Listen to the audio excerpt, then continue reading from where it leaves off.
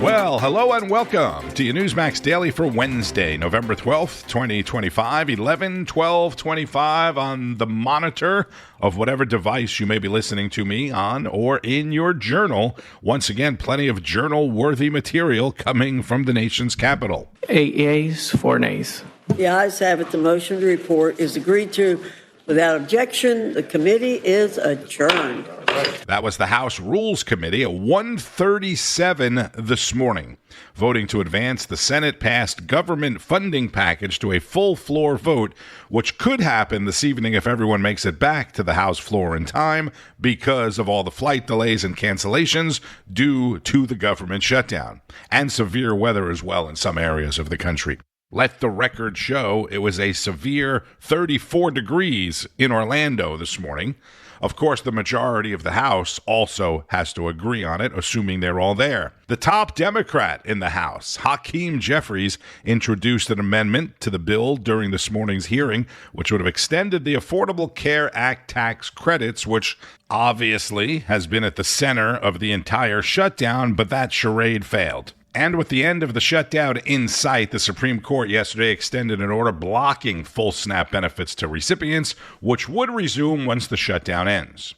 Justice Ketanji Brown Jackson, who back on Friday, after receiving the Trump administration's appeal, temporarily froze the payments until last night.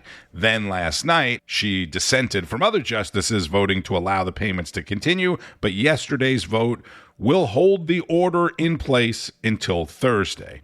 Regardless of how you feel about this, the people that legitimately are getting SNAP benefits and deserve it. Some people in some states receive their full monthly payment, while other people in other states have received nothing. So that would be very frustrating. We begin with Finnerty on the shutdown. This is really important because we've been talking about it for 42 days off and on. Democrats are now blaming the shutdown on Chuck Schumer, which is what Republicans have been saying from day one, blaming it on Chuck Schumer, meaning this whole thing really was a Schumer shutdown after all. I looked at all of the polls going all the way back since 1985. The one who has the lowest rating among Democrats is, in fact, Chuck Schumer. Look at this. He's underwater with Democrats. His own party, he's underwater. He's at -4 points. That makes him the least popular guy for a Dem Senate leader going all the way back since the mid-1980s at least. Isn't it just kind of crazy? Like, we say it and people think we're nuts, and then it happens. And this happens over and over and over again, which I think is why people are watching Newsmax. This happens all the time. Things have gotten so bad for Democrats that the shutdown is ending on Republican terms. And the only thing it's going to be remembered for 10 years from now is ending the careers, shutting down the careers of Chuck Schumer and Nancy Pelosi. Chuck's not running again in 2028. That is Rob Finnerty, host of Finnerty, 8 o'clock Eastern. Today, House Speaker Mike Johnson will also be swearing in newly elected Democratic Representative Adelita Grijalva of Arizona. She was elected during a special election right before the shutdown back in September, but the House has not been in session since. She is also succeeding her late father in that seat, so that is pretty cool for her. And after a very busy Tuesday, everything we have, everything our country has achieved has been purchased by the muscle, spine, and steel of the United States military. We owe it all to the fierce and noble men and women of the Army, the Navy, the Air Force, Space Force, Coast Guard, and the United States Marines. President Trump has a light calendar today ahead of hosting a private dinner at the White House tonight with several Wall Street executives, including J.P. Morgan CEO Jamie Dimon, who often has differing views from Trump, although they are relatively friendly. Treasury Secretary Scott Bessent, a former Wall Street executive, will be there after sitting down with our Rob Schmidt in New York last night. This segment starts out with the Treasury Secretary turning the tables on MSNBC Morning Schmo co-host. Amid this discussion of costs and prices and affordability, how does a $20 billion bailout of Argentina help Americans? Do you know what a swap line is? It's currency swap, yes. Yes, but what is that? You're the Treasury Secretary. Yes, but why would you call it a bailout? That is how... In most bailouts, you don't make money. The U.S. government made money. Oops. The Treasury Secretary Bessent joins us now to talk about this. Sir, good to have you here in the studio. Hey, Rob, good to see you again. That was, I thought, the best moment of the morning. I enjoyed watching it. The entire media, and I mean the entire media, has been slamming you and the Democrat Party as well for this move that was made with Milei. They know Milei is a very close friend of the president's, their allies. But it sounds like nobody actually knows exactly what you guys have just done. And I think everybody figured it out this morning. I think so, Rob. And look, we used the U.S. balance sheet to bolster a great ally of the United States. I call it the peace through economic strength. And right. How much better to put up the credit and full faith in the United States government, make money, and bolster an ally rather than end up with something like we've got with the Maduro regime, where we're having to target these drug ships and take military action. The question was, how is this good for Americans? It's great for Americans because we are taking back Latin America through our economic leadership. There will be no bullets. Chile has an election coming up. Bolivia just had an election. First time in 20 years they've gone center-right. They have embraced the U.S. Yeah. Paraguay, Ecuador. Yeah. So our whole hemisphere is coming our way, and the Obama administration had the same opportunity, and over their 8 years blew it. And I promise you, President Trump does not want that to happen here. Right. And to the people that are thinking America first, as you said, this is a line of credit. And when it's borrowed on, we make money, I believe, on the interest, right? They pay back with interest. Well, they pay back with interest, but the way to think about it is, like, maybe for your first loan, your parents co-signed for it. Sure. We basically co-signed, and we are getting a big fee.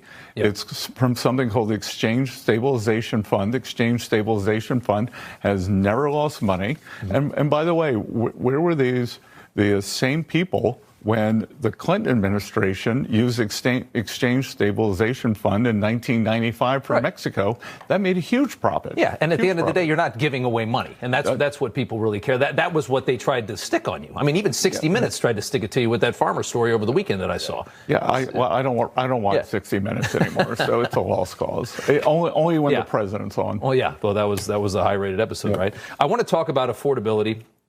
The president says cost of living issues are being manufactured by the media. At the same time, and that is happening, but at the same time, there is a general feeling that life is still very expensive because, of course, it is. We just went through a hell of a lot of inflation the last couple of years, like the kind we haven't seen in 40 or 50 years. Those prices are still elevated. We're having, inflation's down. It's still sticky at around 3%, maybe a little under 3%.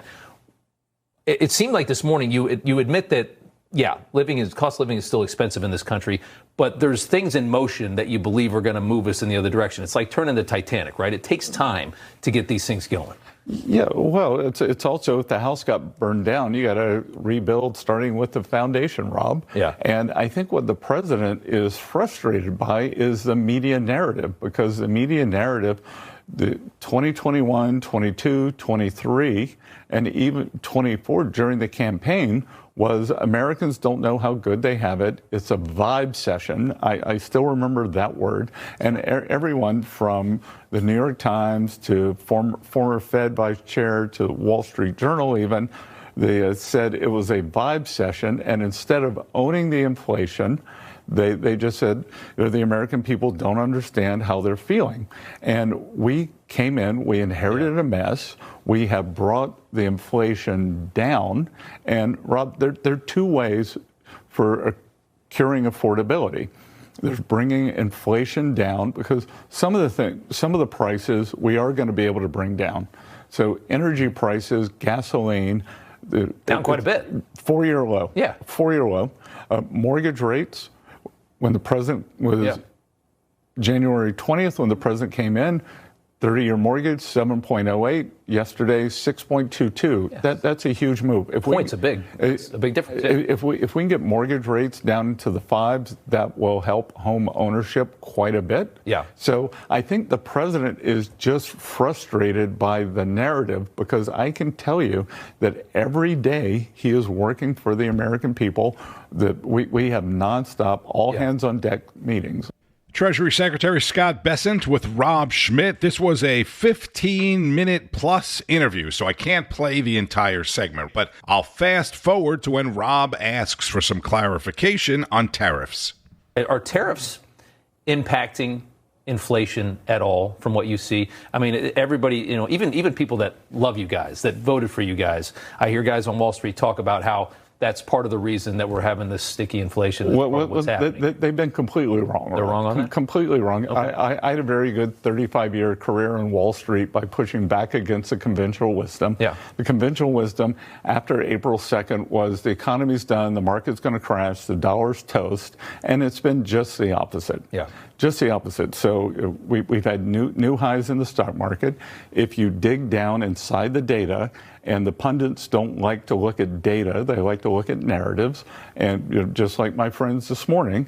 And if you look, that goods inflation, which would be where imported inflation would show up, has been the very, very, very tame. It's been in services, which tells you that there's big demand for services. Services aren't imported. They're not tariffed. So there you go. Treasury Secretary Scott Bessent in studio with Rob Schmitt says the president is frustrated with the narrative. That was the focus of this segment on Frontline with Lydia Serrani filling in for Carl Higbee. I think it's a lot of the rhetoric. Look, they call me a Nazi all the time. I'm not a Nazi. I'm the opposite. I'm somebody that's saving our country. But they call me Nazi. They have talking points, They have just talking points.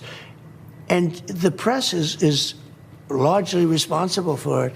The fake news, what they've done, I think one of the greatest terms I've ever come up with is fake news. What they've done to our country is very bad. They have to change around. Now, nobody believes the fake news. Nobody believes them. I mean, they've gone, you talk about popularity, you talk about approval. Their approval numbers have gone from like in the 90s to in the teens now. I mean, to his point, trust in the media is at an all-time low. Overall, Americans' trust hovers around just 28%, the lowest in 4 decades. But among Republicans, trust in the media is just 8%. 8%. I mean, can you blame them? Can you blame us? I mean, listen, I dreamed of becoming a journalist since I want to say even before maybe 12 years old, I can remember specifically. We had only one TV in our Bronx apartment, and my dad watched it day and night. My mom worked, at night. Watching the news, my father learned English, and he loved the fact that he was finally in a free country and not the communist socialist regime, the one that he fled along with my mom. He would even say to me, the news here in the United States, it tells you the truth. It's not government propaganda like back home. I believed my father was right, and I think he is still right. I became a journalist for this very reason. Maybe I'm naive, maybe I'm a little too hopeful, but I believe we must continue the fight to right these wrongs. And the only way we can do it is by continuing to speak the truth. Newsmax host Lydia Serrani. There is also a lot of narrative or misinformation on the H-1B visa program that allows U.S. companies to temporarily employ foreign workers in specialty occupations. There's also a lot of talk today about what the president said about this yesterday in an interview with Laura Ingraham of Fox. But the president, you may recall, introduced a $100,000 fee for companies like Amazon, Apple, Google, and others to get the H-1B visas, which is bringing in a lot of money for the country because they're doing a lot of H-1B visas. Now, the Labor Department has launched an investigation into that. Bianca De La Garza spoke about it with Labor Secretary Lori Chavez-DeRemer. The department wants to ensure that employers are prioritizing qualified Americans when hiring workers. Pleased to bring in right now the Secretary of Labor, Lori Chavez-DeRemer, who for the first time in history signed these investigations personally. Very hands-on. Welcome back to Newsline. Always good to have you, Ms. Secretary. Hi, Bianca. I'm grateful to be here, but I want to start out by saying Happy Veterans Day to all the veterans who are serving our country. Thank you so much. I know we are honoring them, as we heard from President Trump just a short time ago. And I know you were at Arlington National with him before coming over for this interview. Let's talk about this H-1B visa, because there's so much controversy around it. Obviously, 175 investigations into abuse. We know that there have been comments. Governor DeSantis in Florida says, I'm not going to allow abuse at colleges and universities. Adding a bit of controversy was Nikki Haley's son, who says it should be ended altogether, of Indian descent here. He is coming out against it. But tell us what your biggest concern is, how they are being used in a way that potentially could X out American workers, and how long this investigation may take to reveal what is going on. Well, certainly there shouldn't be any confusion about how important this initiative is. It's an enforcement initiative. Project Firewall is to protect the American worker. This administration has been very clear about looking through the lens of the American worker first. So it was very important to me and the Labor Department that really for the first time in America's history, the Secretary has not signed personally or used the tool to crack down on these investigations. When we're protecting the American worker, not only outside of the H-1B program, but inside the H-1B visa program as well. So I can understand that there's been some conversation about that. What we want to do first and foremost is making sure that these companies are, first of all, advertising to the American worker first. That is first and foremost what should happen in training and executing the American workforce. If that is not the case, what type of penalty? And the use. Yeah. What type of penalty? Because Project Firewall is really seeking to put everyone on notice. If they are not doing that, would they lose potentially their opportunity to offer these all together? Well, through those investigations, absolutely. Debarment is one of the tools in the toolkit as well. And if we see that a company has been investigated and proves to be violating the law, I can use that enforcement to debar them from future use of the H-1B program. Absolutely. Labor Secretary Lori Chavez-DeRemer on Newsline with Bianca De La Garza. That's at noon Eastern. Newsline at noon. Chris Plant and the Right Squad at 10 p.m. Eastern is a round table discussion or debate of the day's top news stories. If you missed it last night, they talked about news on the Biden auto pen investigation. Congressman James Comer provided Newsmax with a bombshell, a huge report. Congressman Comer was on National Report yesterday where he made his appeal to President Trump while breaking some very, very important news on Joe Biden and the auto pen scandal. We hope that President Trump and his Department of Justice will do what we recommended in the report, and that's to declare all pardons null and void that were signed with the auto pen. There's no notes that Joe Biden ever met with anyone. There are no meeting dates that were in his calendar where he sat down and discussed those pardons. He was in the White House, yet he didn't sign them. The auto pen signed them. I mean, the evidence is overwhelming. Now, Joe Biden, he was president of the United States. He didn't keep any notes on who was getting pardons and commutations. And there were no known meetings that anyone's aware of on pardons and commutations. And with the auto pen doing all the signing, kind of a big deal that it looks like there were White House staffers who were making the decisions without the president's involvement on pardons and commuting sentences for crimes committed. It's good to be a friend of Joe Biden, I guess. Not only the president's involvement, but maybe not even the president's knowledge. And that's the real question here. Whether there was an auto pen or not, it really comes, it's the rule in the Constitution, with regards to the pardoning power of the presidency, it really comes down to intent. So if Joe Biden knew that this was happening and he said, yes, I'm fine with pardoning these thousands of people, whether it was an auto pen or him sitting there, signing autographs, it really doesn't matter. But the question that Comer's bringing up, and I applaud him for doing so, is did Joe Biden actually know this was happening? Because if he didn't, then yes, the pardoning power does not apply, and this could be retroactively reversed. So you could have been pardoned for your crimes by Joe Biden with his signature, but it turns out it was all fake, it was all phony, it was corrupt as hell, sweetheart, corrupt political deals. It's like Chicago. You know, what I wish they would also get into is I think it's very suspect. I mean, we know living in Washington that pardons are big business. Remember Hugh Rodham when he was doing work, he's Bill Clinton's brother-in-law, Hillary's brother, was making big bucks on working on pardons at the time. And there's a lot of money to be made. And I think it's very interesting that Joe Biden pardoned over 4,200 people on his one term. Clinton did about 400. Obama did about 2,000. Trump so far has done about 1,600. I'd love to know who those people were. Who got paid to bring through all of those pardons? Are they family members? I think they should trace. I think that should be the next follow-up question. Yeah, do we know, Jason, who was green-lighting the commutations and the pardons in the Biden White House where the documents were being signed by the auto pen? Well, Joe Biden has already come out and addressed this and said, yeah, I was with all those pardons. So kind of end of story. But, again, Trump actually recently said, the guy CZ, who did some really unspeakable things, but CZ, he was like, I don't know the guy. I don't know who he is.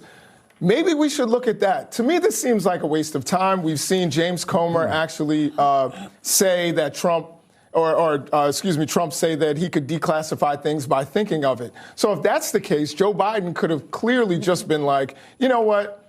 Pardon whoever you want. And then the difference between that, though, Jason, because the Constitution is explicit on pardoning power versus whether the president can declassify. There's no unpardoning somebody. There's no mechanism for that. That is the lone Democrat on the squad. Strategist Jason Nichols on the right squad with former White House Director of Strategic Communication Mercedes Schlapp, host Chris Plant, and others. Check it out tonight at 10 Eastern, right after Greg Kelly reports. Jack Schlossberg, the grandson of President John F. Kennedy, announcing a run for Congress in New York yesterday to replace retiring Representative Jerry Nadler, who represents New York's 12th congressional district. In a video announcing his campaign, Schlossberg said the country is at a turning point. The stock market started the day in the green once again this morning, this after the Dow closed at a new record high of 47,928 yesterday, after gaining more than 550 points on the session. Gold and silver are both higher this morning as well. Gold is over $4,100 an ounce. Silver at $51.66. Have you thought about opening a gold-backed IRA? Or about buying some gold and or silver for you and your family's future?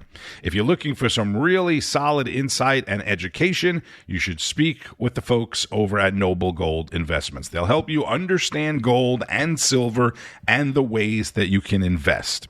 They want people to feel more confident and more in control. There's no hype, there's no gimmicks. They provide honest, fact-based insight and clear options. Their CEO, Colin Plume, even wrote a best-selling book about investing in silver. Their U.S.-based customer service is available 6 a.m. to 6 p.m., Monday through Friday, and they're available on Saturdays as well, which is really convenient. Right now, you can take advantage of a limited-time offer. Open a new qualified IRA or cash account with Noble Gold Investments, and you'll get a free 10-ounce silver flag bar plus a silver American Eagle-proof coin. Visit noblegoldinvestments.com/Newsmax. That's noblegoldinvestments.com/Newsmax. In fact, when you visit the website, they'll send you a huge information and education packet for free. noblegoldinvestments.com/Newsmax. And one final headline for you. This is an important one. The FDA is expanding a baby formula recall. If you use formula by heart, B-Y heart, certain lot numbers are being recalled. Take it back to wherever you bought it. Also, if you're playing, you probably know this, but there was no Mega Millions winner last night. So Friday night's jackpot will be $965 million. Keep up with all of today's news and breaking developments at Newsmax N2 and at Newsmax.com. We're all on House Watch, I guess. Be sure you have the Newsmax app so you stay up to date anywhere, anytime. The news starts each and every day, 6 o'clock Eastern, with Wake Up America Early Edition, Alex Kramer, followed by Wake Up America all the way through Rob Schmidt tonight at 7, Finnerty, Greg Kelly, The Right Squad, and so much more. I'm Tony Marino. Thank you, as always, for listening and sharing the Newsmax Daily Podcast at radio_Marino, at Newsmax at Newsmax Podcasts as well on X. Enjoy the rest of your day and keep on fighting the good fight. News breaks every minute, every day. You need the app, the Newsmax app. Find it free on your smartphone store. Then watch us anytime, anywhere. Information. Truth. Is freedom. Is Newsmax. It's real news for real people.